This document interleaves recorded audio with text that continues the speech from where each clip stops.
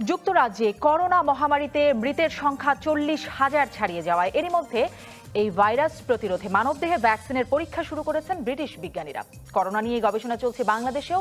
মঙ্গলবার বাংলাদেশে সংক্রমিত করোনা ভাইরাসের জিন রহস্য উদ্ঘাটন করেছে চাইল্ড হেলথ রিসার্চ ফাউন্ডেশন। এই সংকট মোকাবেলায় সম্মিলিতভাবে কি পদক্ষেপ নিতে পারে দুই দেশ?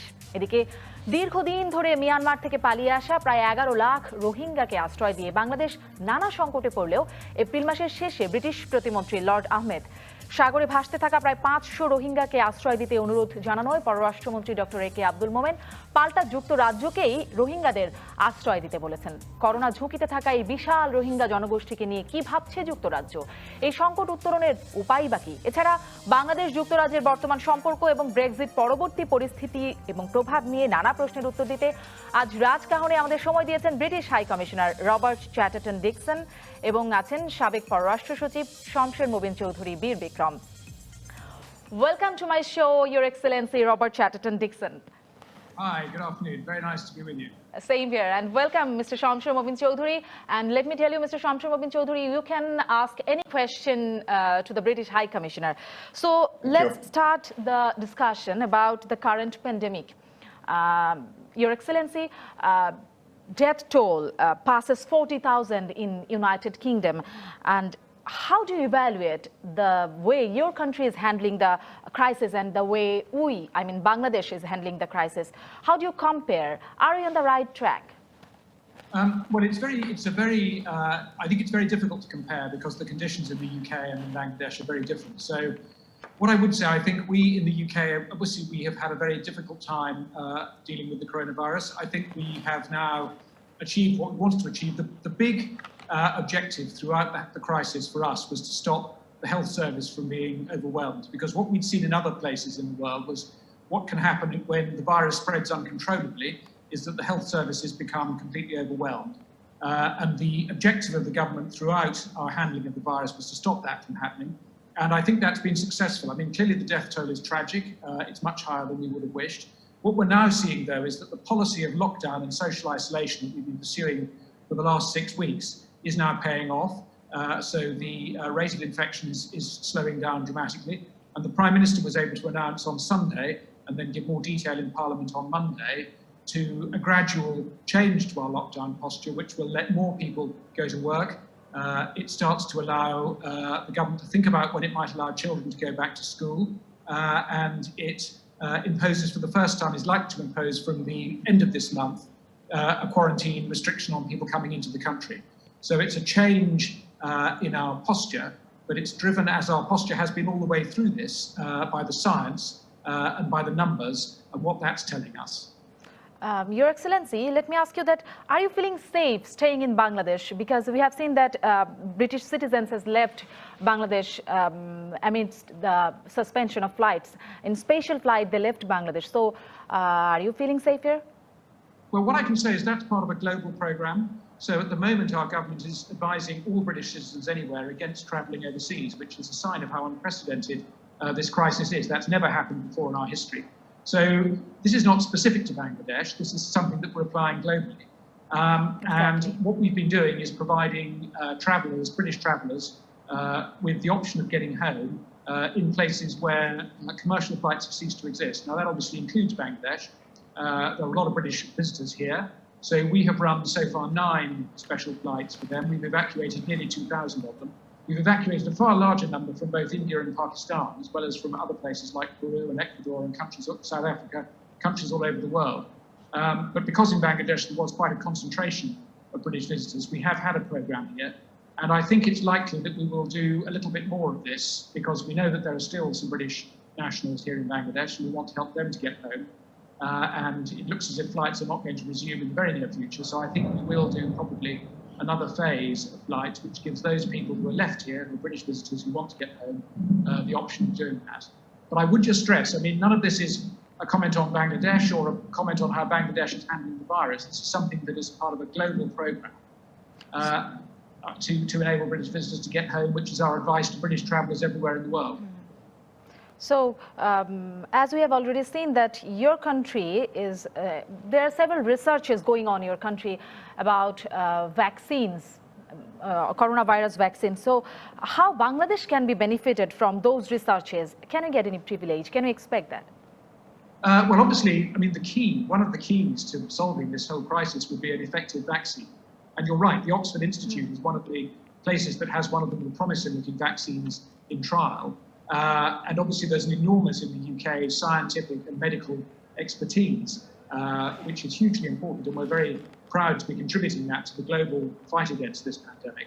But I mean, I think it's right to say that even if that work goes very well, it'll be a while until an effective vaccine can be rolled out on a sort of global level. But I think the UK, because of our extraordinary history and expertise in these things, will undoubtedly be involved in the fight to secure a vaccine, which, as I say, is almost certainly the best long-term solution. So let me ask Mr. Shamsher Mobin Chowdhury that what do you think, how we can build or we can increase mutual assistance between United Kingdom and Bangladesh to fight this global pandemic? What is your opinion? Thank you very much, and very reassuring what we heard from my friend, the British High Commissioner. You know, Britain and Bangladesh has a history, a long and deep history of cooperation and friendship and mutual assistance. And you're also seeing, as the High Commissioner explained, that the situation in the two countries are different. And obviously, the response to the pandemic will be different. We have a major problem of population density. So it's difficult to even enforce the lockdown or the government holidays that we have declared. As you can see, Britain is doing it much effectively, much more effectively, simply because, partly because, of course, that the population density is not that high in Britain. But what more we can learn from our friends in the United Kingdom is, in the medical field, the research that is going on to find a vaccine. Because I think short of an effective vaccine, this virus will continue to haunt the world for a very, very, very long time, perhaps in a reduced fashion, a reduced manner, but it will always be hanging over there. So we are looking to forward to the success of the research people in Britain, from which we can. The second is something just outside the health sector, which is Britain is, I think, doing some already primary work on how to handle travel, international travels, what arrangements can airports have. You know, Heathrow is one of perhaps the busiest international airport in the world. Millions of people pass through Heathrow and travel into Heathrow.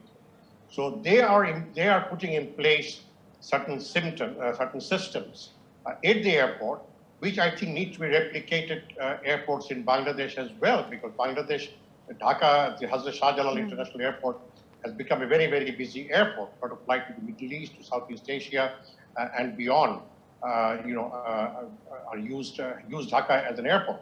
So this is something additional that we can learn from what the British are doing in Heathrow and other international airports. The third thing is, providing immediate assistance. We cannot enforce lockdown perhaps because we need, partly because of the Eid, which is just around the corner. People want to go out and people want to break their fast, they want to buy iftar. So this is a thing that we have.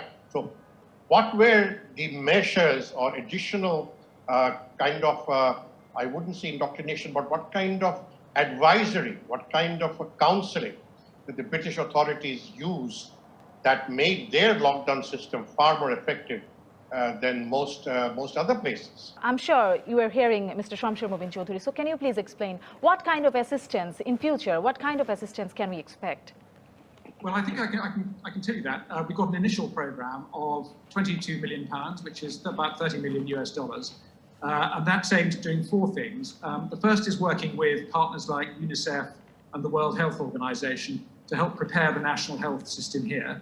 So that's the first block of assistance. The second thing we're doing is working with the UN Development Programme to reach around 2.1 million people in deprived urban areas across Bangladesh to help with public health information and basic sanitation. And that, I think, goes to a point that Shamsher was just making about information. The third thing we're doing is working with BRAC to help to empower their network of community volunteers, and there are 50,000 people who will be involved in that. And then the fourth thing that we're doing is working with the United Nations to make sure that the Rohingya camps, which obviously are particularly vulnerable in the south of Bangladesh, and which is a highly vulnerable community living in very difficult conditions, making sure that there is preparedness there. So it's those four direct things that we're doing at the moment.